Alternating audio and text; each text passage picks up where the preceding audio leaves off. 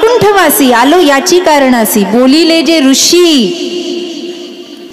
आलो याची कारणाशी, बोलिले जे ऋषी साच भावे वर्ताया.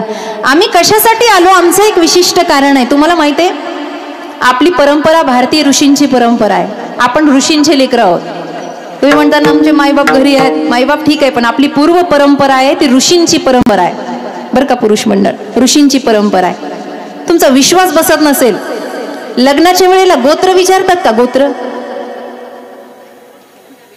ब्रह्मचारी बसलात का काय?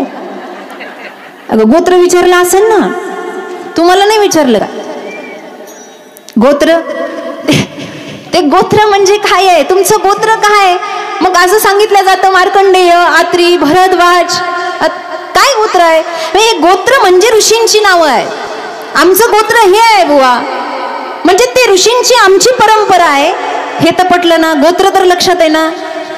राग पाहू नका, खरंच मला भीती वाटते हो म्हणा, नाही तर नाही हो. गोत्र म्हणजे आपण ऋषींची लेकरं आहोत की नाही? आहोत की नाही? आहोत ना. मग तरी माणसं दारू का पिता, तरी तंबाखू खाता, तरी खोटं बोलता, तरी कुठेही लोळता गाढवासारखं. अरे आपले पूर्वज एवढे चांगले आहे, आम्ही वैकुंठवासी आलो याची कारण हे सांगायलाच महाराज आलेत. याची कारण असे की जी ऋषींची परंपरा आहे, जी सत्याची सनातन परंपरा आहे, ती जशास तशी या भारतात टिकावी आणि माऊली ज्ञानोबराय आहे तोपर्यंत सूर्य चंद्र आहेत अशी ख्याती अजरामर व्हावी. कारण असं म्हणतात ते आहे तोपर्यंत हे नाही ना, इथून सुरुवात आहे हो. कारण त्यांनाही थांबवण्याची ताकद दोघात आहे, सती आणि संत.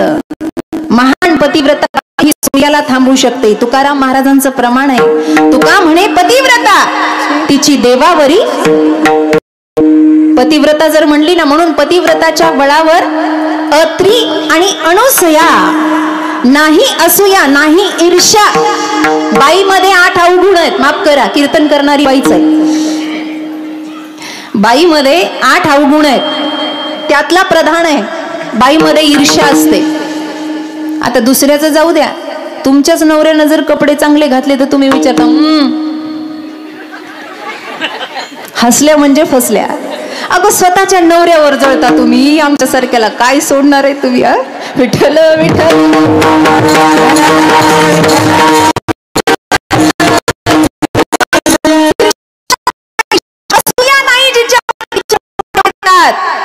छत्रपती का घडले? तिच्या ईर्ष्या नव्हती. जिजाबाई असं कुणाच्याही कुचकामी गोट्यावर बसून गोष्टी गप्पा मारत नव्हत्या. अत्री नाही, ज्यांच्यामध्ये त्री नाही, नाही रज नाही तम, या 3 गुणांहून जे परे आहेत ते आहे अत्री. आणि म्हणून त्यांच्या पोटी दैवत आलं दत्तात्रेयांचं. हे सोपं नाही. आपली परंपरा फार मोठी आहे, पण ती दिन प्रतिदिन आपण विसरत चाललोय बाबा. सगळ्यात जास्त सगळ्यात संतांचे संतपर प्रकरणात गाथे आहे. गाथ्यामध्ये संतपर प्रकरण आहे का? हे संत अस्तित्व जोपासावं, संतांच्या पायी माथा झुकावा, मस्तक हे पायावरी या वारकरी संतांच्या. 16 वेळेला 18 अध्याय आहेत गीतेमध्ये, पण 16 वेळेला भगवंतांनी स्वतः शब्दानं संत स्तुती करण्याचा प्रयत्न केला. प्रत्येक दुसऱ्या अध्यायापासून 17व्या अध्यायापर्यंत, दुसऱ्या अध्यायापासून 17व्या संत स्तुती करण्याचा देवाने स्वतःच्या मुखातून आग्रह धरला. पण त्याला काही उपयोग नाही. कारण का? शाब्दिकाचे काम काय प्रमाण आहे ते? संतांचा महिमा, संतांचा महिमा, संतांचा महिमा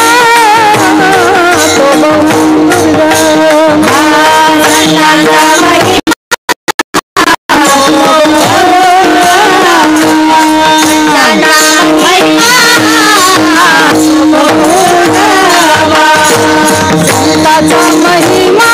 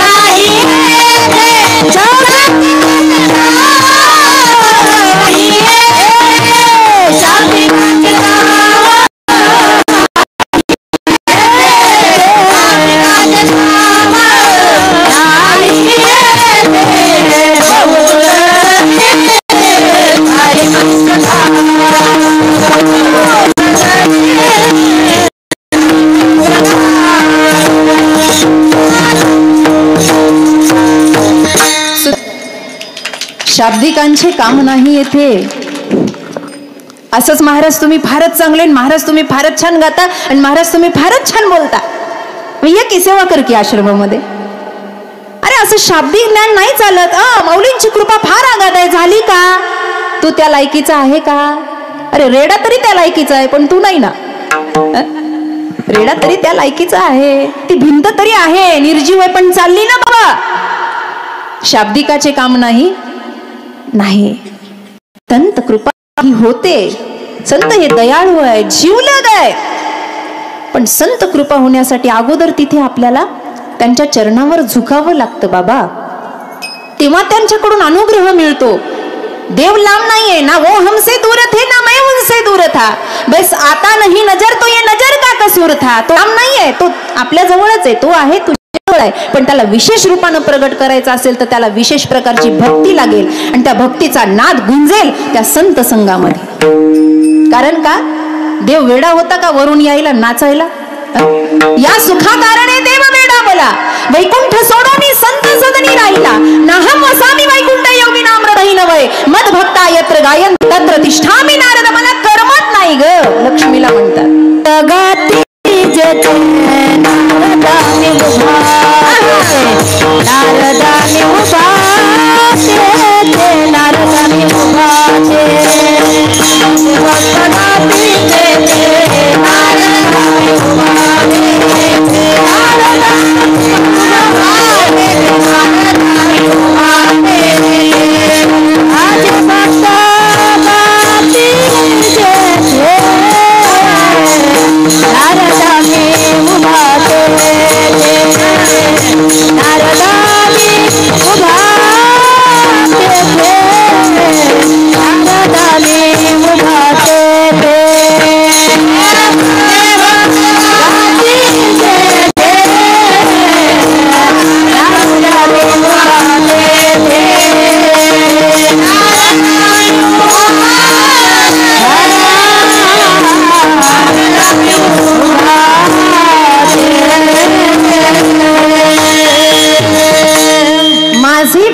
गाती येथे नारदा मी उभा येते, त्यांच्याशिवाय मला करमत नाही.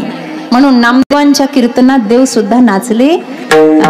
नामदेव कीर्तन करे, पुढे देव नाच पांडुरंगा, नामदेव कीर्तन करे, कीर्तन करे, पुढे देव नाच पांडुरंगा,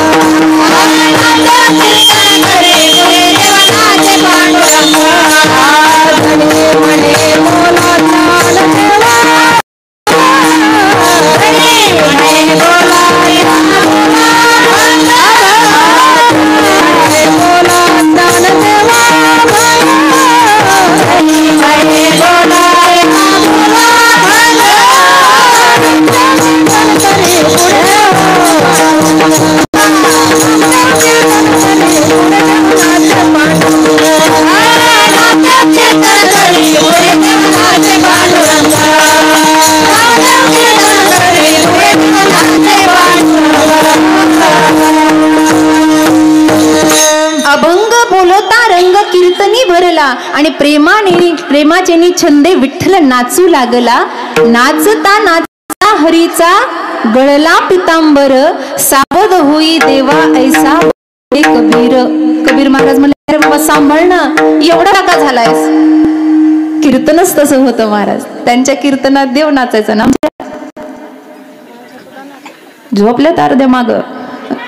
कीर्तन असंच आहे माझं शांत, हा हा होऊन जमणार नाही असंच. किती गोड कीर्तन आहे हो, काय साधू आहेत ते. नामदेवरायांचा महिमा एवढा सोपा नाही. माझ्यासारख्या अज्ञानी बालिकेनं तो वर्णन करणं इतकं सोपं नाही. देव जरी प्रसन्न झाला आणि देवाला जर मागितलं ना, तो म्हणला ना वरदान माग, तर देवा संत चरित्र सांगण्यासाठी वाणी दे. नाही, देवाचेही शब्द जिथे खुंटतात तिथे पासून संत चरित्र प्रारंभ होतं. एवढे संत अगाध आहेत, एवढे संत अगाध आहेत. पर्यंत गेलेत वारकरी संप्रदायाचा प्रचार प्रसार करत. शीख समाजामध्ये त्यांच्या ग्रंथामध्ये नामदेवरायांची काही अभंग आहेत, फक्त महाराष्ट्रापुरते मर्यादित राहिली नाही. ही दिव्य ज्योत परंपरागत तेवत गेली आहेत.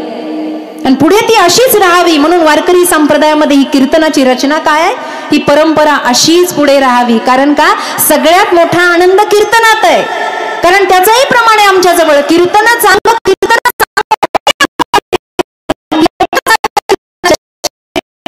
काय हरिरूप होत आहे. आणि ते हरिरूप करण्याची शक्ती आम्हाला देतात ती संत माई बाप मंडळी. संत माई बाप काय कमी आहे संतांकडे. महाराष्ट्राची ही संत भूमी आहे. ए बायांनो, तुम्ही तिकडे पाहिलं मला आवडतं, मग काय आलं म्हणून. काय कमी आहे महाराष्ट्रामध्ये आणि महाराष्ट्रातल्या संतांमध्ये. काही नाही.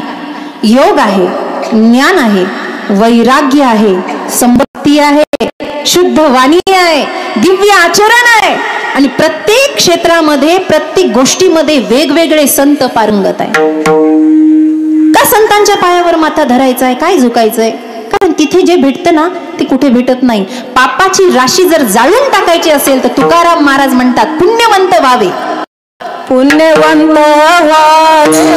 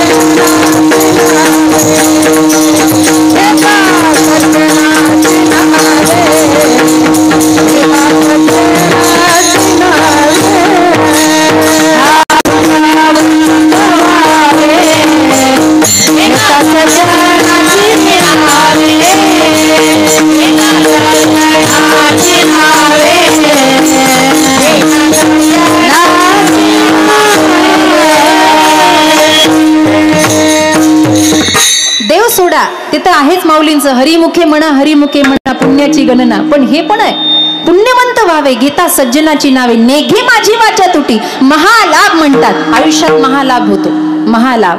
आणि म्हणून अनुभवाचा एक बोल सांगते. माऊलीच्या दारात खरंच सोन्याचा पिंपळ आहे. म्हणून इंद्रायणीच्या काठावर गंध लावणाराही स्वतःला महाश्रीमंत समजतो.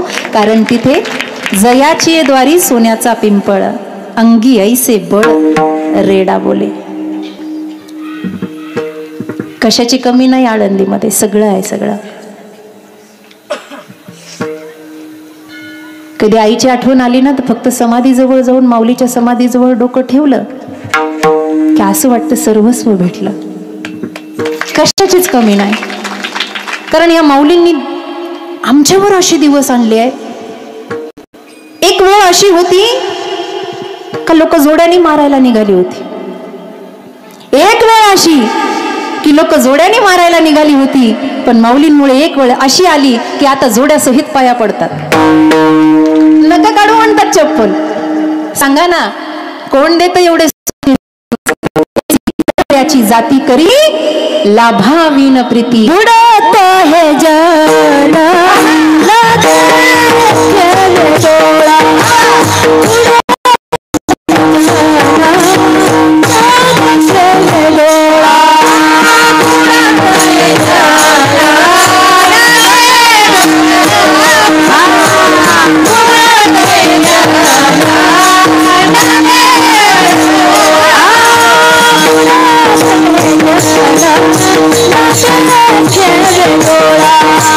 Hola.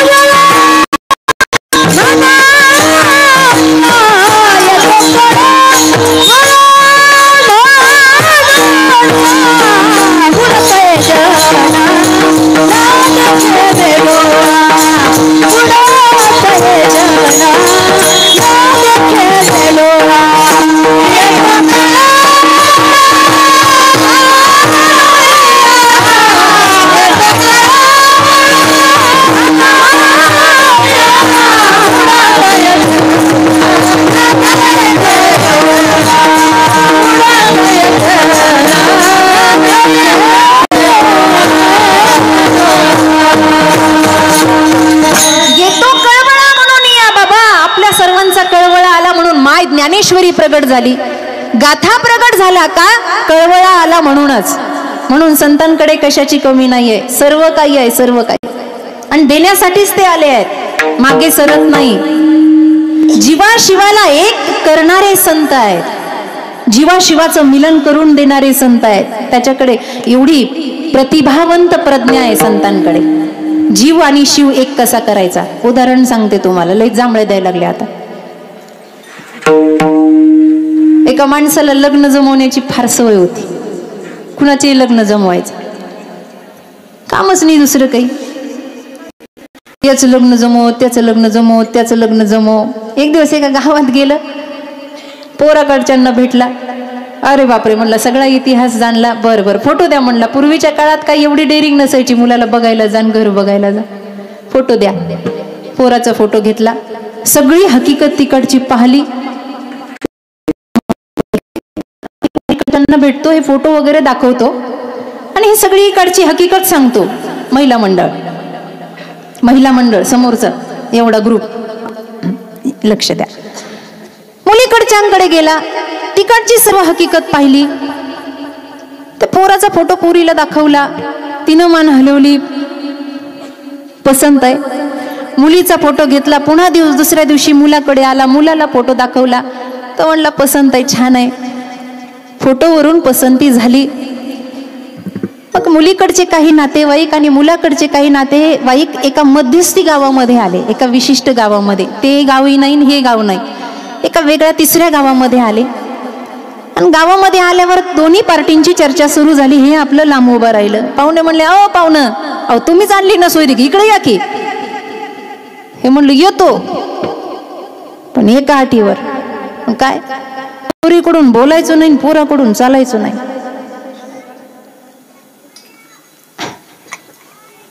मुलीकडून बोलायचं नाही आणि मुलाकडून चालायचं नाही. एवढ्या गडबडीत हे वाक्य कोणाच्या लक्षात राहत आहे? लोकांनी काही ते लक्षात घेतलं नाही. आई वेळेला बघू काय करायचं ते, पण आता तुम्ही या, एवढी जमवा करा. सुपारी फुटली, सगळं वगैरे वगैरे झालं. लग्नाची तिथी काढली, विवाह तिथी निश्चित झाली. विवाहाच्या वेळेला सगळी वराडी मंडळी आली. ती नवरी नटती. इकडे ब्राह्मण काका म्हणतात बोलवा. सगळी मंडळी तयार आहेत, अक्षता घेऊन. नवरदेव येईना, नवरी येईना, काय भानगड आहे. तेवढ्यात नवरदेवाच्या करोल्याला बसून काही मंडपात जमना. त्या म्हणल्या नवरी कशी आहे पाहू. पण त्या नवरी बघायला गेल्या. ती शृंगार करून अतिशय सुरेख सुंदर अशी खुर्चीवर बसलेली होती. करवल्या तिला म्हणल्या, बाई आमची वहिनी काय देखणी दिसते. ती म्हणती पुरी म्हणल्या थँक्यू नाही, वेलकम नाही, काही नाही. म्हणले बाई काय दिसते ती. अर्धा तास करवल्या बोलत होत्या, पण ही याच्यावरच चालली होती. दाल में कुछ काला. नवरीकडचे नवरदेवाला आणायला गेले. अरे बाबा म्हणले, चल ना, उठ ना, खुर्चीवर उठ ना. ते उठत कुठं, उठच ना ते. सगळं नटलं देखणं, काय करावं बा, उठच ना, काय करावं. एन प्रकारे नवरीवाल्याला कळलं की हे पांगळं आहे, आणि नवरदेवावाल्याला कळलं का ही मुखी आहे. ते म्हणले, ते मध्यस्थी कुठं गेला जमवणाऱ्याला पहिले बोलवा म्हणले. एवढा मार खाईन तो आता. ते तर मंडपाच्या मागूनच पळत होतं. 2-4 लोकांनी उचलून आणून उभा केला. मला का मारता. अरे मला ही भानगड काय. तो म्हणलं आधीच सांगितलं होतं, पोरीकडून बोलायचं नाही, पोराकडून चालायचं.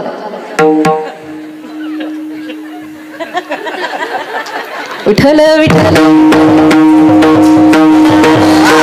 पण तरी सुद्धा त्या त्रयस्थ व्यक्तीमुळे मुक्या मुलीचं आणि पांगळ्याचं जसा विवाह बद्ध होतो, तसा संतत्वामुळे जीवाचा आणि शिवाचा विवाह म्हणजे मिलन बद्ध होतं. जीव शिवाचं मिलन होतं. एवढंच काय कमी आहे आमच्या संतांकडे. ज्ञान आहे, ज्ञान. असं प्रखर ज्ञान आहे. भारतीय संस्कृती ही मांडणारी आहे. संतांना सांगून जाईल. जरासं सर्वांगाचे कान करून ऐका, महत्वाचं सांगायचं आहे. आदिगुरु शंकराचार्यांची परंपरा फार मोठी आहे. शंकराचार्य, त्यांना बादरायण म्हणता.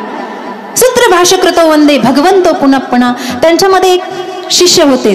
त्यांच्या प्रमुख शिष्यांमध्ये सुरेश्वराचार्य एक शिष्य होते. त्यांचं पूर्वीचं नाव आता मला नेमकं आठवत नाहीये. पूर्वाश्रमातलं त्यांच्या जीवनगृहस्थ. नंतर त्यांनी संन्यास घेतला.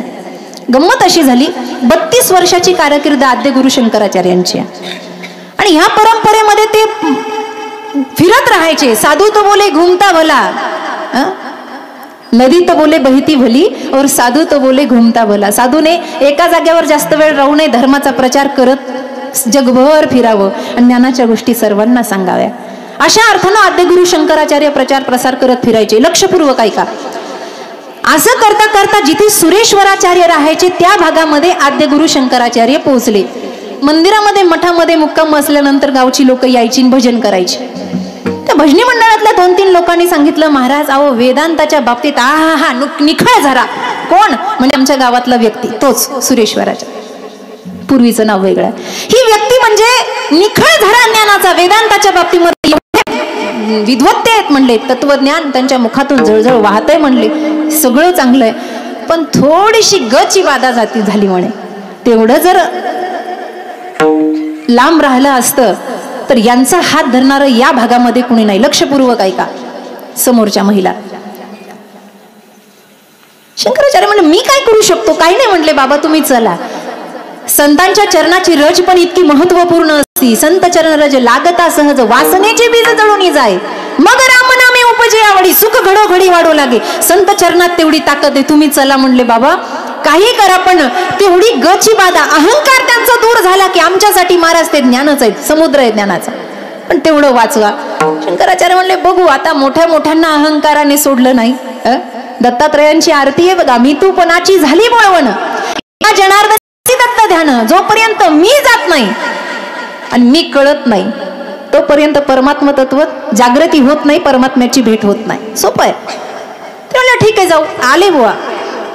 आल्यानंतर सुरेश्वराचार्यांची त्यांची भेट झाली. म्हटले महात्मा आले तेवढा लांबून, शंकराचार्य वगैरे वगैरे ओळख झाली. काय म्हटलं, शास्त्रार्थ करायचा आहे. ठीक आहे करा.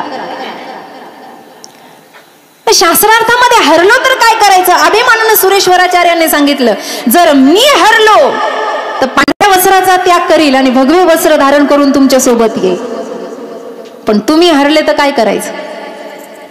हे असंच असतं, जे गरज ते उभं रस्ते नाही, पण जे बरंच ते उभं रस्ते नाही. शंकराचार्य हसायला लागले.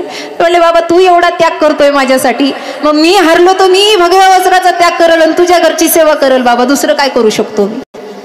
ठरलं म्हणले. ठरलं. शास्त्रार्थाला प्रारंभ झाला. महाराष्ट्र आणि भारताच्या भूमीबद्दल सांगते, संत कशात कमी नाही. संतांच्या चरणावर झुकायला सांगतात, तिथे स्थिर व्हायला सांगतात. याचं कारण काय आहे ऐका. शास्त्रार्थ सुरू झाला तो काय 2-4 दिवसाचा नव्हता आणि असं नव्हता केव्हाही मनाला आलं शास्त्रार्थ. सकाळपासून सूर्य मावळेपर्यंत, सूर्य उदयापासून त्रिकाळ संध्येचा भाग वगळला. त्रिकाळ संध्या करायची ही मंडळी. त्यावेळेला फक्त अपवाद म्हणून स्थिर व्हायचे.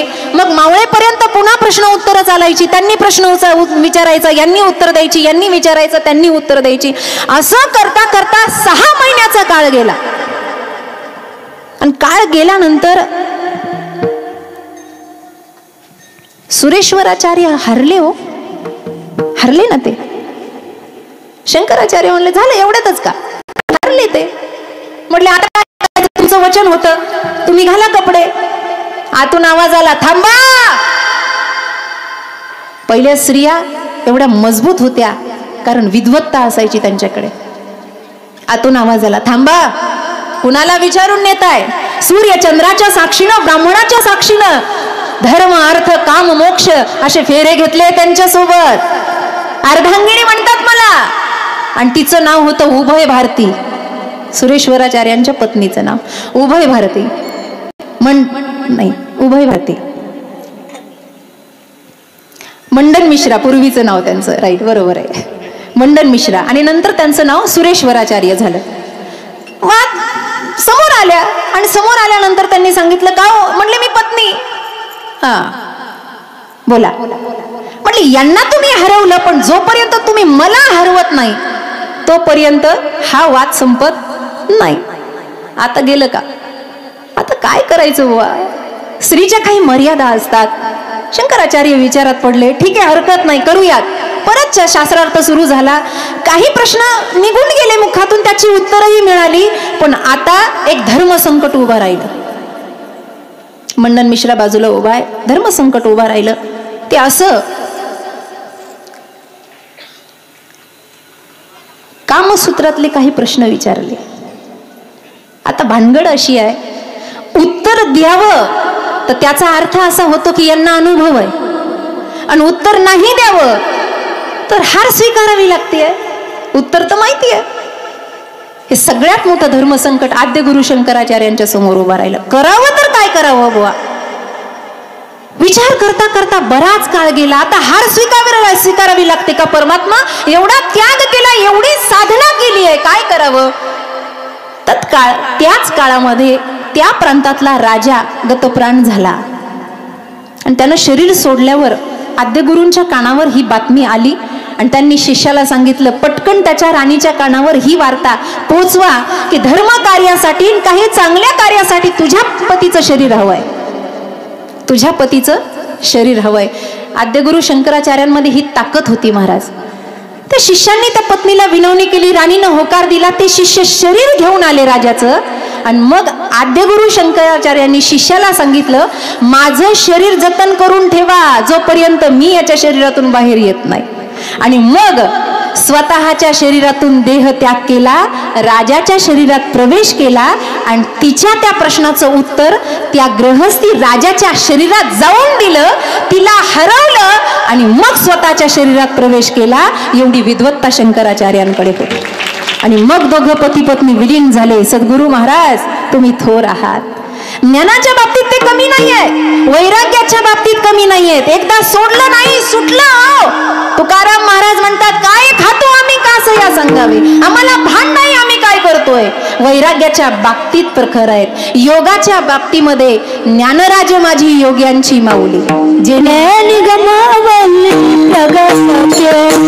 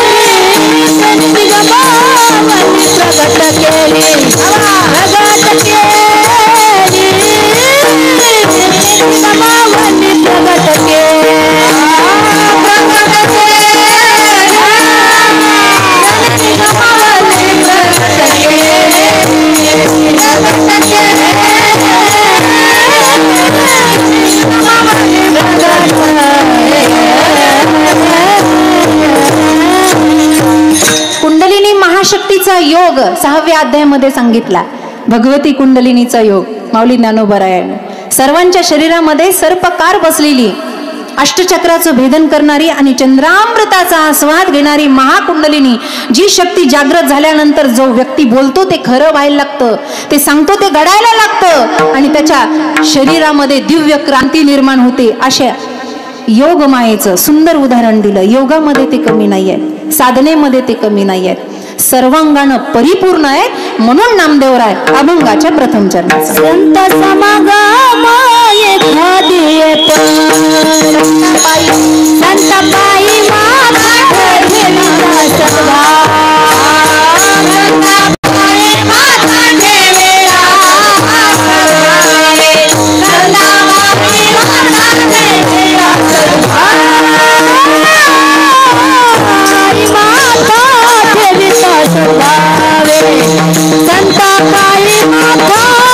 ठेविता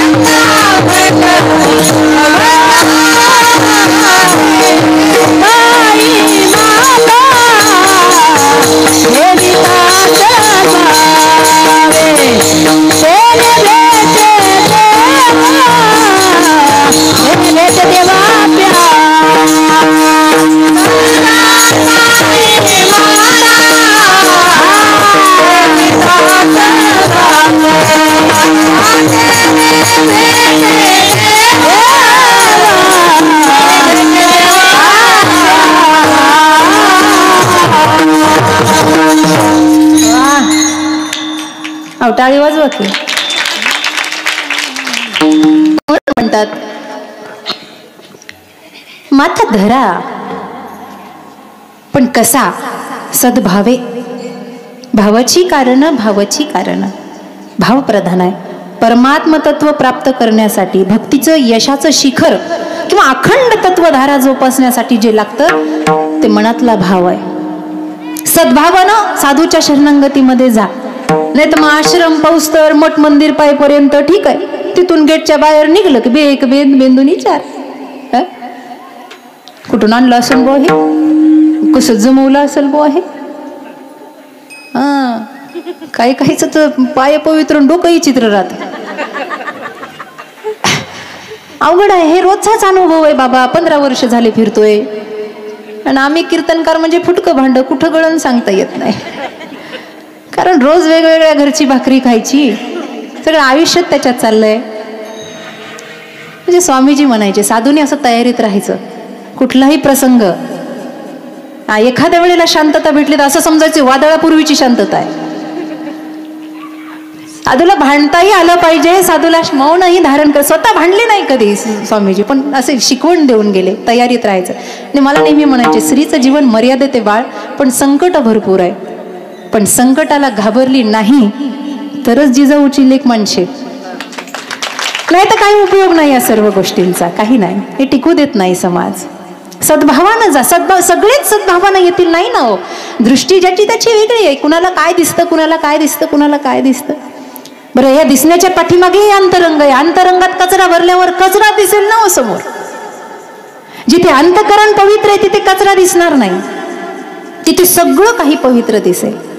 मन कलुषित नसावं, काळं नसावं, पवित्र त्यास एकदम शुद्ध, चित्त शुद्ध तरी शत्रू मित्र, एकदम शांत सोज्वळ शुद्ध. आणि साधूच्या सानिध्यात वारंवार जावं. कारण का, जरी मलिन झालेलं असलं तरीही त्यांच्या ताकद आहे आपल्याला चांगलं करण्याची. आयुष्यभर विसोबा काकांनी प्रयत्न केला, पण शेवटपर्यंत माऊलींनी त्यांना सुधरवण्याची संधी सोडली नाही. कारण विंचू जरी नांगी मारणं सोडत नसला तर साधू त्याला वाचवणं कधी सोडत नाही. कारण साधू असतो बाबा तो. ही साधूची क्षमता आहे. सद्भावना जा. व्यवहारिकतामध्ये मन कलुषित होतं. व्यवहारामध्ये खोटं नाटं बोलावं लागतं, खोट्या नाट्या मार्गाने पैसे कमवावे लागतात. पण मायबाप जेवढं इमानदारीनं, जेवढं शुद्धतेनं असलं ना, पैशाच्या बाबतीत सुद्धा तेवढं टिकतं, विचारांच्या बाबतीत सुद्धा तेवढं टिकतं. ज्यांची मुलं चांगली निघालीत ना, समजायचं त्यांचं धन चांगलं आहे आणि विचार चांगले आहेत. आणि अशाच्याच घरी वारकरी जेवतात. सप्त्यानी तुम्ही पंक्ती देता ना, मोठेपणानं मरू नका. आम्ही पंगत दिली आईसाहेबाला, आम्ही पंगत दिली आईसाहेबाला. अरे बाबा हो, त्या देवानं दैवी संपत्ती तुमच्या घरामध्ये घातली तेव्हा त्या पंक्ती झाल्या, नाही तर तुमचं काय खरं आहे. दैवी संपत्तीमुळे हे सगळं होतं. आणि ती ताकद भगवंत, जेवढं काही आपल्या संस्कारामध्ये, कीर्तनामध्ये, सत्संगामध्ये शिकलो ना, तेवढे विचार चांगले येतात. नाही तर काळा पैसा कमवायला काय, ते जेवढ्या वेगाने येतं तेवढ्याच वेगानं जातं. दूधवाला इमानदारीने दूध विकायचा. आता सगळे कीर्तनकारच आहे तिथं, पण तरी सुद्धा दूधवाला इमानदारीनं दूध विकायचा. एवढी इमानदारी, अर्धा ग्लास पंत टाकून त्यांनी त्याच्यात. पण नाही, बायकोची रोज कच कच कच कच कच. काय पप्प्याचा बाप म्हणले, एवढं इमानदारीनं कुठं दूध विकतात का? दागिना नाही का, साडी नाही का, काही नाही. दुधाच्या जीवावर लोकांच्या बिल्डिंगी झाल्या म्हणे. डेअरीवाली इथं बसलेले असले तर माफ करा. आजच्या दिवस सांगवीचे सोडून आळंदीकडे गेलं का सांगवीचं सांगत. आमचं कामाचं इकडचं उचलायचं आणि तिकडे सांगायचं. एवढा कचकच कचकच, एवढा वैतागला. रोजच म्हणले भणमण आहे पाठीमागे. बरं, भणमण न करेल तिला बायको तरी कसं म्हणावं. खरं आहे का पुरुष मंडळ? तुमच्यात काय ताकद आहे हो म्हणायची? घरच्या बसल्या असत्या नीत. त्याला हो म्हणायलाही ताकद लागती भाऊ. एवढा वैतागला. 2-3 दिवस दूध द्यायला गेला नाही. 3-4 दिवस झाले, पुन्हा त्याचं तेच सुरू. रात्रीतून कार्यक्रम ठरला पाटलाच्या घरी. आणि पाटलाच्या सुनाला पाटील बुवानी बोलून घेतलं. सुनबाई, मोठे आहात तुम्ही, घराची सगळी जबाबदारी तुमच्यावर. जी मामांजी, पूर्वीच्या बाया, जी मामांजी, जी आत्याबाई, जी मामांजी. आता म्हणते खरं काय, मी काय, बाई एवढा स्वयंपाक काय आताच. जी मामांजी, खीरपुरीचा प्रसाद करायचा गाव जेवण आहे, खीर अशी झाली पाहिजे, गल्लीत सुगंध दरवळला पाहिजे. आणि मग हिच्या लक्षात आलं की दुधावाल्याला निरोप द्यायचा राहिला. काय करावं, पूर्वीच्या काळात काही फोन नाही, खानदानी परंपरेतली सून आहे, ती काय रात्री बेरात्रीची बाहेर जाणार नाही. ती रात्रभर एकच विचार, सकाळी देवानं करावं दूधवाला लवकर यावं. 5-5:30च्या दरम्यान हे दूध द्यायला दारामध्ये आलं. आल्याबरोबर ती म्हणली, दादा एक सगळ्यात मोठं काम करा. काय, रोज तुम्ही 2-2 लिटर दूध देता ना, आज मला जास्तीचं 3-4 लिटर पाहिजे आणि प्रसाद करायचा, सगळ्या गोष्टी करायच्या, काही करा पण तेवढी दुधाची व्यवस्था करा. ते म्हणलं मित्रमंडळाला विचारून, नाही नाही दादा, हे बघा तुमच्या बहिणीसारखी आहे, कुठं जाऊ मी, सासूरवासी नाही, लेकरं आहेत घरामध्ये, एवढं सगळं बघायचं, काहीही करा पण तेवढी व्यवस्था करा. कळवळ्यानं बोलली हो. जाता जाता म्हणली, दादा तेवढं जर काम केलं ना तर लगेच नॅटमध्ये तुम्हाला ते सिक्के देईल, पूर्वीच्या काळात चिल्लर होती, ते आणे देईल, सिक्के देईल आणि बक्षीस म्हणून पुन्हा जास्तीचे देईल. त्याच्याकडे ते मडकं असायचं चिल्लर साठवायला. ठीक आहे, हो म्हणलं आणि गेलं. सगळं गाव दूध देऊन आलं. 2 लिटर शिल्लक राहिलं, तिला द्यायचं होतं 4 लिटर. सगळ्या मित्रमंडळाला विचारलं, कोणाकडं नाही. मग झाडाखाली बसलं, मग डोकं खाजवलं. मग त्याच्या डोक्यात विचार आला, आपल्याकडे 2 लिटर आहे, हिला 4 लिटर द्यायचं. मग त्यानं काय केलं असं, आपल्या डोक्यात पाण्याशिवाय काही नाहीच, येऊच शकत नाही. काय चुकलं त्याचं पाणी टाकलं म्हणून, टाकलं त्यानं पाणी, 2चं 4 केलं आणि तिला आणून दिलं. एवढी खुश झाली, एवढी खुश झाली. ती म्हणली, वाह धन्यवाद दादा. अहो पाटलाची सून होती, जास्तीचे पैसे दिले, जी होती ती रोख, ती सिक्के दिले आणि एवढं सगळं घेऊन जेव्हा ते मडक्यात टाकलं, एकदम ते मडकं भरलं आणि डोळ्यातून पाणीच आलं त्याच्या. म्हणलं रोज इमानदारीनं वाटतोय, मडकं काही भरं ना, आणि आज पहिल्यांदा पाणी टाकलं तर हे पहिल्यांदा एवढं भरलं. म्हणलं मग काय चुकलं त्याचं, रोज थोडं थोडं टाकलं, ते रोज थोडं थोडं पाणी टाकायला लागलं, पाणी टाकायला लागलं. 6-7 महिने झाले रोज दूध वाटून वाटून महाराज पैसे यायला लागले, मडकं भरायला लागलं, दागिना आला, लेकरं बाळ खुश, बाई खुश, खुशम खुश. बाईनं एक दिवस शिरापुरी केली, म्हणली जा रोजच दुधाला घाई गडबडीने उठताय, आज मी लवकर उठून करून देते. मस्त खायला सुंदर करून दिलं. त्याला वाटलं घाई गडबडीनं रोजच जायचंय, दूध सगळ्या गावाला वाटून आला, मडकं भरलेलं होतं, त्याला कापड बांधलं आणि एका निर्वाण ठिकाणी थांबला. वृक्ष होता, झाडाजवळ थांबला. मंद मंद वारा सुटला, शिरपुरी दाबून हल्लेली होती, पाणी पिलं. म्हणलं घरी जाऊन तरी धाराच काढायच्यात, काय गरज आहे एवढ्या घरी लवकर जाण्याची, इथं थोडंसं टेकून बसू. टेकून बसता बसता थोडं सरकलं आणि झोपलं. वर माकडं बसलेली होती. माकडाला वाटलं हंडीत काहीतरी खायचंय म्हणून एक एक माकड अध्यक्षासहित खाली आलं आणि झाकण उघडलं आणि प्रत्येक माकडानं तो सिक्का उचलायचा, असं चाटायचा आणि हे आपलं खायचं नाही म्हणून उधळायचा. बहुतेक माकडं असे पैसे उधळतच असतात.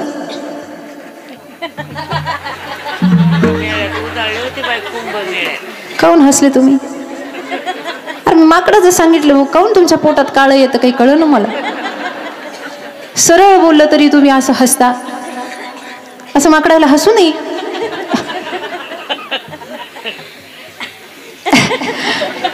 उधळले ना आणि त्यातलंच उधळण्याला टपकन याच्या नाकावर येऊन पडलं. मग हे जागं झालं, अरे ही खंदरावळ कुठून आली. बघितलं सगळे सिक्के उधळलेले.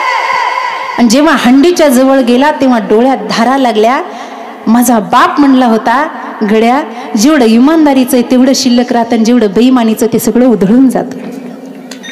जेवढं पाण्याचं होतं उधळून गेलं आणि जेवढं बिना पाण्याचं होतं तेवढं शिल्लक राहिलं रे, तेवढं शिल्लक राहिलं. जसं पेरलं तसं उगवलं. चांग भलं रे चांग भलं. मग करायचं खोटं कशाला. मन पवित्र ठेवायचं, व्यवहारामध्ये परमार्थामध्ये अतिशुद्ध ठेवायचं. कारण का, संतांच्या चरणी सद्भावानं नाही गेलात तर संत हाती लागत नाही. आणि लोक वेद नेती नेती बोलला देवासाठी, पण संत जिंकण्यासाठी सुद्धा तो देव त्यांच्यात रमला, तेव्हा संत जिंकता आले. एवढे संत विशाल आहे. आणि म्हणून नामदेवराय अभंगाच्या 2ऱ्या चरणात सांगतात,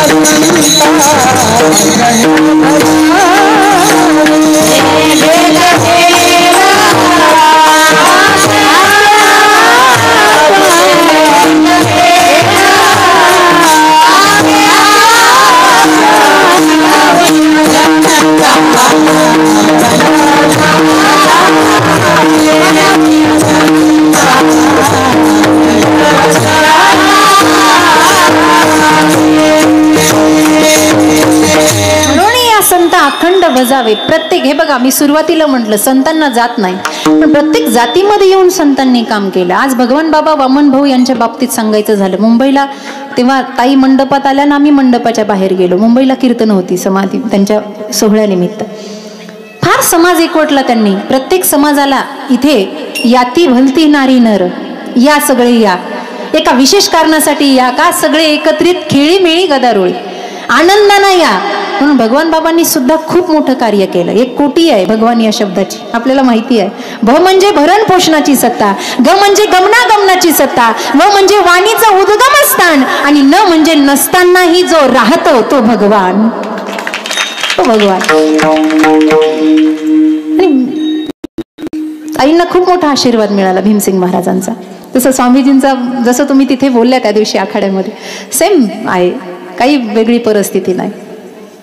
मला नवल वाटतं ह्या सगळ्या मुलींकडे पाहून. मला वाटतं गोदावरी ताई सुद्धा जेव्हा लहानपणापासून निघतील तेव्हा समाजाचा विरोध झाला असेल, परिवाराचा विरोध झाला असेल. मी स्वतः खूप तरसले एखाद्या संस्थेत राहण्यासाठी, गायन शिकण्यासाठी. मला कुणीतरी एक मार्गदर्शक हवा. हे मुलींचं भाग्य आहे. आता ह्या विविध ठिकाणी महिलांनी संस्था काढल्या, हे चांगलं काम आहे. नाहीतर जीव तरसत होता. भजनाला गेलं तरी घरी येऊन मार खावा लागत होता, म्हणून घर सोडून निघून जावं लागलं. बाकी कारण काय होतं घर सोडायचं?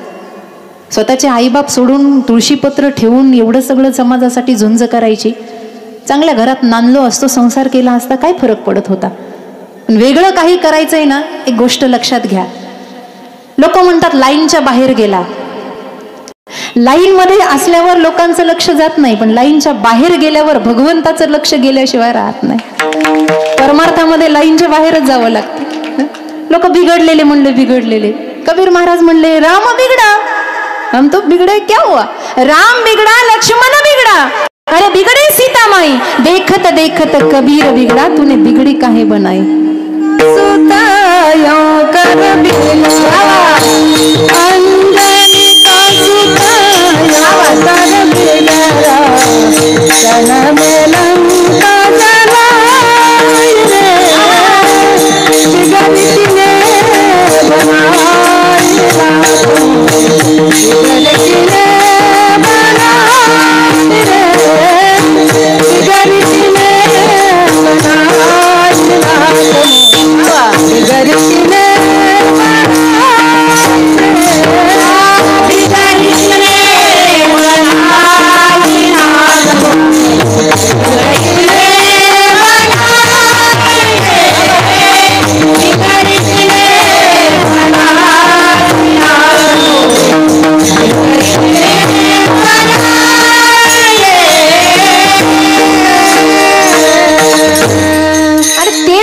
बाबा. आमचं काय? आम्हाला वळणावर आणणारा तोच आहे ना. कबीर महाराज म्हणले काही फरक पडत नाही. मीराबाईच्या बाबतीमध्ये माई बाप काय म्हटले, माय म्हणे धांगड झाली, संतांसंगे फुगड्या घाली, बाप म्हणे माराईला, पाजाचा हिराचा प्याला. स्वतःचे आई बाप असंच म्हणतात. आमच्या बाबतीतही असंच झालं. पण आज सुखाचे दिवस आहेत. हे सगळं आनंद सोहळा पाहिला तर मला माझं बालपण की हे जर मला त्यावेळेला भेटलं असतं तर हे अजून मोठं असतं. असं वाटतं की आता ज्ञान कमवायला आयुष्य कमी पडलंय. हे अजून थोडंसं पुढे तेवढ्या वेगानं गेलं असतं. पण जेवढं प्रारब्धात आहे, जेवढं स्वामीजींच्या कृपेने मिळालं तेवढं भरपूर आहे. हम क्या थे और क्या बना डाला, हम क्या थे क्या बना डाला, बैठे थे जमी पे आज फलक पे बिठा डाला, आम के पेड़ को फल लगने में बरसों लग जाते हैं, लेकिन हमारे सदगुरु ने बबूल से भी आम बना डाला. आज जे काही आहे ते त्यांची जहागीर आहे बाबा. आणि ज्ञानोबा तुकोबांची आहे खास करून. मी एक वाक्य म्हणत असते, आई बापांनी कमवलं तर पोरांसाठी सुखाचे दिवस येतात. ज्ञानोबा तुकोबांनी तेवढं कमवलं म्हणून आजच्या कीर्तनकारांना चांगले दिवस आहेत. माऊली म्हणतात तो लोक आमची लायकी नसताना, कीर्तन झाल्यावर लोक म्हणतात बाई मीराबाई. नका म्हणू, लायकी नाहीये त्यांच्या चरणाची धूळ व्हायची. फार मोठी पवित्रता आहे त्यांच्याकडे. मीराबाई, मुक्ताबाई, जनाबाई, चांगल्या कोराचे कोरा राहिलाच हे म्हणणाऱ्या मुक्ताबाई थट्टा मस्करी करणाऱ्या नव्हत्या. तेवढं ज्ञान मीराबाई त्या मुक्ताबाईंकडे होतं. आदिशक्ती, आदित्रजननी देवांची आहे. स्नान करत होते एकदा. स्नान चांगदेवांना भानावर आले होते. आता हे झालं यांच्या चरणां लोटांगण घ्यायचंय, भिंतीवर चालत आले वगैरे, वाघावर आले, चाबूक सगळं झालं. मग ही लेकरं भिंत चालवू शकतात तर माझ्यासारख्याला चालवू शकत नाही का? हे सगळा अनुभव आला आणि मग त्यांच्यातच चांगदेव महाराज राहायला लागले. चांगदेव महाराजांचं जन्मस्थान आहे नगरमध्ये, नारायणडोह म्हणून, तिथे कीर्तन झाले. चरित्र आहे महाराजांचं. महाराज त्यांच्यात रमायला लागले. आता हे सांगावं का न सांगावं, पण बोध घ्या. स्नानासाठी बसल्या मुक्ताबाई स्नानासाठी बसल्यानंतर चांगदेव महाराज असे समोरून चालले. गेल्याबरोबर त्यांनी अशी पाठ फिरवली. म्हटले, चांगे अजून सुधारलं नाहीस का? अरे आई येणार आहे, आई म्हणतोस ना. लोक म्हणतात स्त्री आणि पुरुष. कोणती स्त्री आणि कोणता पुरुष? अरे इथं सगळ्या स्त्रियाच आहेत. इथे फक्त आमचा पांडुरंग परमात्मा एकटा पुरुष आहे, बाकी सगळ्या स्त्रिया आहेत. हा दोष ज्यांच्या दृष्टीतला गेला ना, तो न कधी बाई कीर्तन करायला विरोध करतो, न कधी त्यांच्या कीर्तनाच्या तारखा बंद करतो. आता हा गौण विषय, हा बोलण्यासारखा नाहीये, पण सगळ्या दिसले म्हणून मलाही जोर आला बोलायला. असं आहे बाबा. रणवणीय संत अखंड भजावे, का भजावे? ते नाही भेटे देवा आपे आपा. अरे बाबा तिथेच आहे तो. कुठे म्हणजे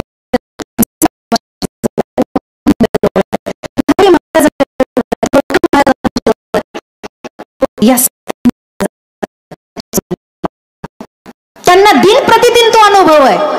आता महिला सप्ताह आहे म्हणून थोडंसं चरित्र सांगते. सांगू? मीराबाईचं संस्थान नाही तसंच आहे, एक त्यांच्या जीवनातला अनुभव आहे. मीराबाई दिसायला एवढ्या सुंदर होत्या महाराज. म्हणतात साधू संत एवढे दिसायला बाबा. म्हणून मी महिलांसाठी एक प्रोडक्ट आणले.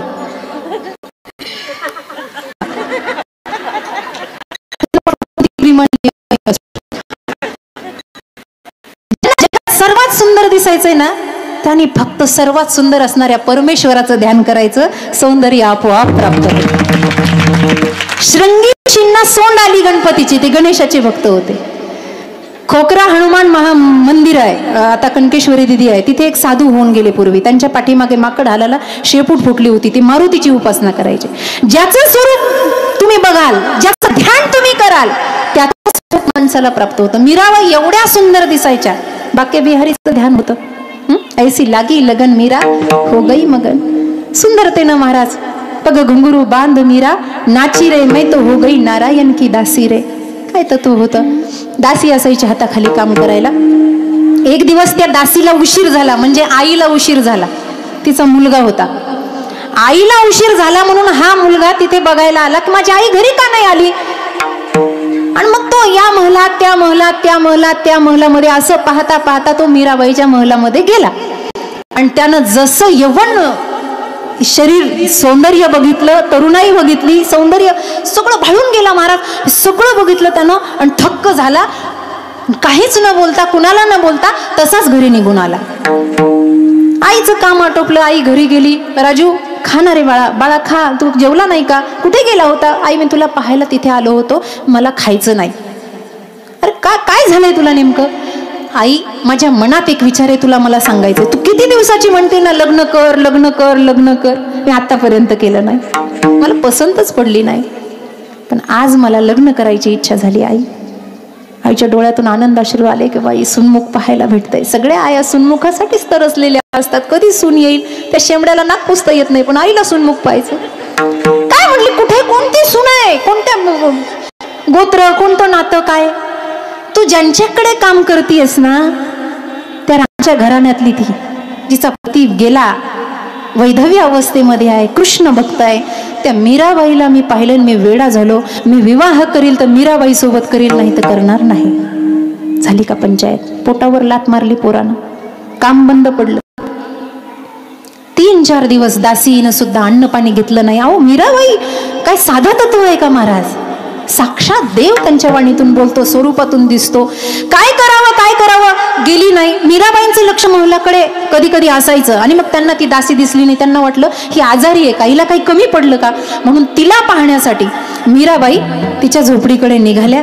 आणि निघाल्यानंतर ती बिछाण्यावर पडली होती. मुलगा पाय दाबत होता आणि मीराबाईला आवाज ऐकल्याबरोबर खडबडून जागी झाली. महाराज, अरे बापरे, आपण आलात देवीजी. हो, काय झालं, काही अडचण आहे का, काही पैसा पाणी? काही नको, मी तुमचं काम सोडलं. ढसढस रडायला लागली, डोळ्यातून अश्रूच्या धारा निघाल्या. काय कारण आहे रडण्याचं? मीराबाई सांगू शकत नाही. काही असेल ते सांग, शपथ आहे तुला माझी, मी सांभाळलंय ना तुला. सांगू? तुमच्या पायाखालची जमीन सरके. काय झालं सांग मला, काय कमी पडलं? काही नाही, माझं हे कार्ट तुमच्याशी लग्न करायचं म्हणते. विचार करा, जिचं आयुष्य सगळं परमार्थात गेलं, तिच्या जीवनात जर अशी बंधन, अशी संकट येत असेल तर तिने काय करायचं? महाराज, डोळ्याला धारा लागल्या मीराबाईंच्या. पण मीराबाईंनी त्या अनावर झालेले अश्रू पुसले, भिंतीकडे तोंड केलं, पदरानं डोळे पुसत तिला सांगितलं, माय, हा म्हणतोय ना लग्न करायचंय, हरकत नाही, विवाह करायला मी तयार आहे. फक्त यानं 7 दिवस मी म्हणेल ते ऐकायचं. त्यानं 7 दिवस ऐकलं की मी 8व्या दिवशी त्याच्या गळ्यात माळच घातली म्हणून समजायची. संतांचा अनुभव किती मोठा आहे. देव हा संतांसाठी काय करतोय. काय झालं महाराज, त्यानं ते ऐकलं, ते पळतच आलं आणि ते मीराबाईला म्हणलं, 7 दिवस, महिनाभर करतो की. ते आजचे कार्टे म्हणतात ना तुमच्यासाठी काय पण हाणले पाहिजेत, ते इंद्राने ढकलून दिले पाहिजेत. मीराबाईला म्हणलं, महिनाभर करतो. महिनाभर नाही, 7 दिवस. गिरधारीनं 7 दिवस गोवर्धन उचलला की नाही. 7 दिवस सप्ताहाचे आहेत, 7 दिवस दे मला. 8व्या दिवशी मी स्वतः जयमाला घेऊन, वरमाला घेऊन तुझ्या जवळ ये. झालं, करायचंय काय, महलात चल. सगळी गावची लोक जमा झाली. दासी आहे, दासीचा मुलगा आहे, काही नाही. तिला कृष्णमूर्ती समोर ठेवली, सांगितलं फक्त या कृष्णमूर्तीकडे एकटक 7 दिवस बघायचं. आजपासून 7 दिवस तुझ्या डोक्यावर टांगती तलवार असेल, जराही तुझं चित्त विक्षिप्त झालं की तलवार सुटेल आणि तुझं मरण होईल. विचार कर, जराही चित्त विक्षिप्त, सारखं बघायचं.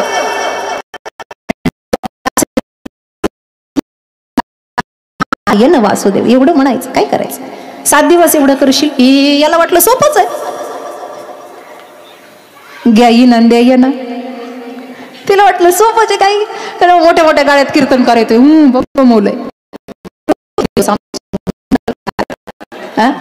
खायला भेटतं का न भेटतं, जागरण होतं का नव शरीर काय म्हणतंय आमचं, आमच्यासोबत फिरून बघावं थोडस, मग कळतं काय आहे. तर आले, सगळं झालं. पुंडलिकावर मूर्ती समोर आहे, ध्यान लावलं महाराज. श्रीकृष्ण गोविंद हरे मुरारी, हे नाथ नारायण वासुदेव. आणि पहिला दिवस सुरुवात झाला, त्याचा पहिला दिवस सुरू झाला. पण मीराबाईची परीक्षा सुरू झाली. पण हे संत एवढे मोठे आहेत, जगात सगळे परीक्षा घ्यायला जरी आले तर परीक्षा कुणाला घेऊ द्यायची हे संतांच्या हातात आहे. म्हणून संत मोठे आहेत. आमची परीक्षा कुणाला घेऊ द्यायची का घेऊ द्यायची नाही. तर असं जग तर कुणाची परीक्षा, आपण किती पाण्यात ते पाहायचं नाही, दुसऱ्याला झाकून पाहायचं. तुझं किती आहे हे जग आहे बाबा. तू का म्हणे, जन केले प्रकाराची तीन परीक्षा.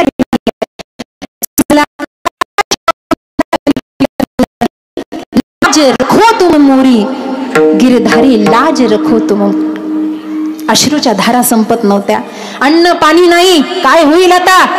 आणि एकटक भगवंताच्या नामाचा जिव्हाळा ज्यांच्या हृदयात लागला, ज्ञानदीप तेजायला लागला महाराज. असत्याकडून सत्याकडे जाणारं तत्व प्रकाशित दिवसेंदिवस व्हायला लागलं. असतो मा सद्गमय, तमसो मा ज्योतिर्गमय, मृत्योर माम अमृतम गमय. सगळं महाराज सुरू झालं. पहिला दिवस संपला, दुसरा दिवस संपला. याला असं वाटलं आता कसं एकटक बघायचं, नाव घ्यायचं, एकटक बघायचं, नाव घ्यायचं.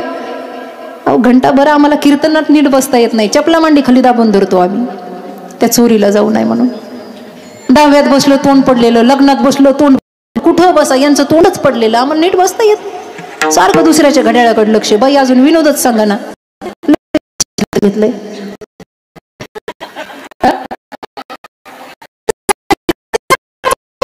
5वा 6वा 7व्या दिवसाचा सकाळ प्रारंभ झाली. मीराबाईची परीक्षा आळवतायत देवाला. 7व्या दिवसाचा सूर्य मावळतीला चालला. प्रश्न विचारायला लागले, आता काय करू मी? खरा उतरशील ना रे देवा? जर मी मनानं वचनानं कर्मानं तुझी असेल, मेरे तो गिरधर गोपाल दुसरं नको. आहा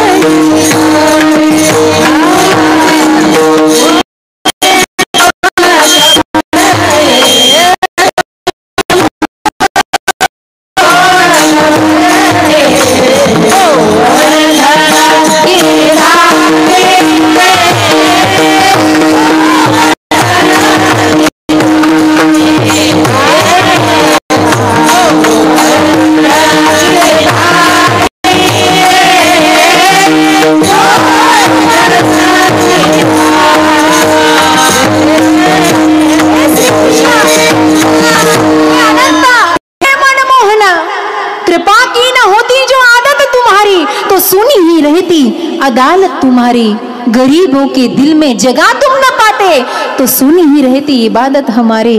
देवा तू आहेस ना रे माझ्या पाठीमागे. रात्रभर 7व्या दिवसाची रात्र आणि महाराज 8व्या दिवशी तमाशा बघायला लोक अजून जास्त आले. गावचे कमी होते, जमवायला कमी येतात, मोडायला जास्त येतात. मोडायचा खेळ काही लोकांना आवडतो आणि ही तमाशा बघायला मंडळी आली. महाराज समाज भरलेला होता. आता काय होईल? ही मीराबाई म्हणे पायात घुंगरू बांधून नाचली, कुणाचं ऐकलं नाही ना, खानदान बरबाद केलं कृष्ण भक्ती पुढे. आता काय होईल? मीराबाई रडत रडत दासींनी हात आणून दिला. आई आहे मुलाची, मुलगा आहे समोर, समाज आहे, वडीलधारी मंडळी आहे. मीराबाई चालत चालत चालत चालत त्या सभा मंडपामध्ये आल्या. वडीलधाऱ्यांनी विड्याला नमस्कार केला आणि त्याच्या गळ्यातून तो विणा काढून घेतला. महाराज त्या कृष्ण मूर्तीकडे पाहत पाहत त्याच्या मनाची अवस्था काय झाली असेल. देव असा आहे की तो कुणाला परिवर्तित करेल सांगता येत नाही. देवाची शक्ती मोठी आहे. संतत्व सिद्ध करतो देव, संतत्व सिद्ध करतो. संतत्व आणि देवत्व यात फरक राहत नाही. म्हणून देव ते संत निमित्त त्या प्रतिमा एकच आहेत ना. तुका विष्णू नाही तुझा, महाविष्णूचा अवतार सखा माझा, इथे तेच झालं. आता साक्षात कृष्णच आहे. तो जिकडे बघायला लागला तिकडे त्याला देव दिसायला लागला. जिकडे बघतोय तिकडे श्रीकृष्ण दिसतोय. कधी बासरी वाजवतोय, कधी गाई चारवतोय, कधी काळी घुंगडी घेऊन नाचतोय, आहा कधी गुलाल उधळतोय. माझ्या कृष्णाच्या काय लीला सांगाव्या. तो वेडा झाला वेडा. मीराबाई म्हटले या आता तुम्ही जिंकलात, मी हरले, आता गळ्यात माळ टाकू द्या. तो जसा धावत आला लोकांना वाटलं बस होता गळ्यात माळ पडणार. साष्टांग दंडवत केलं त्यानं मीराबाईच्या चरणावर. अहो तुमच्यासारखा गुरु जीवनात भेटल्यावर संसार करायची इच्छा कोणाची नाही. मीराबाई आजपासून मी तुमचा चेला, तुम्ही माझ्या गुरु. आहे की नाही ताकद परमार्थामध्ये? आहे की नाही? अनुभव आले अंगा ते या देत असे. म्हणून साधू पाशी देव काम धंदा करे, साधा वया भक्ती काज नाही लाज धरीत. तिसऱ्या चरणात महाराज म्हणतात ती शक्ती मोठी आहे. कारण साधू काय करतात, दिन रजनी हाची धंदा गोविंदाचे पवाडे, वारकरी संप्रदायाच्या नियमाप्रमाणे भजन. विठोबार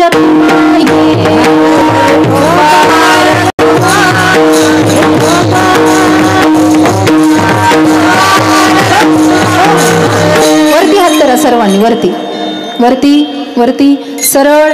हा, एका आवाजात टाळी आणि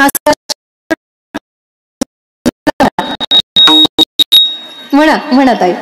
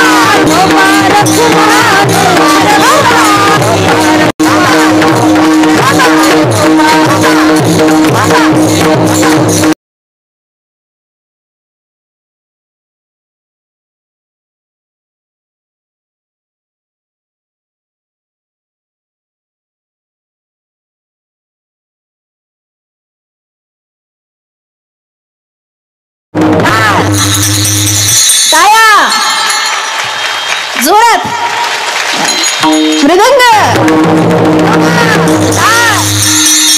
टाळ्या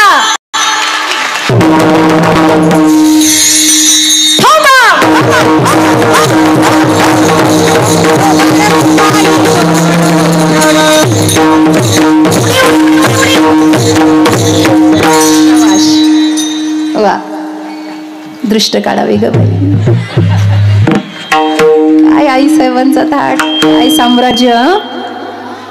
आणि कोण रे बाबा हो तुमच्याकडून एवढं करून घेणारे? ती माय माऊली त्या समाधीत लीन झाली आहे, ती आशीर्वाद देते म्हणून तुम्ही मंडपात येताय. नाहीतर तुम्ही कोण येणार आहे कीर्तनाला? मी कोण येणार आहे कीर्तनाला? कोण वैष्णवी दिदी? पण परंबा भगवती तिच्या स्वरूपानं, मीराबाईच्या स्वरूपानं इथे लीन झाली आहे. महाराष्ट्राला कान्याकोपऱ्यात हे संत प्रत्येक अवतारात सांभाळतायत. कधी भगवान बाबा म्हणून, कधी राम महाराज म्हणून, कधी माऊली म्हणून, कधी वामन भाऊ म्हणून, कधी संत मीराबाई म्हणून, कधी प्रतिष्ठानाच्या आई साहेब मीराबाई म्हणून. सर्व कारण का?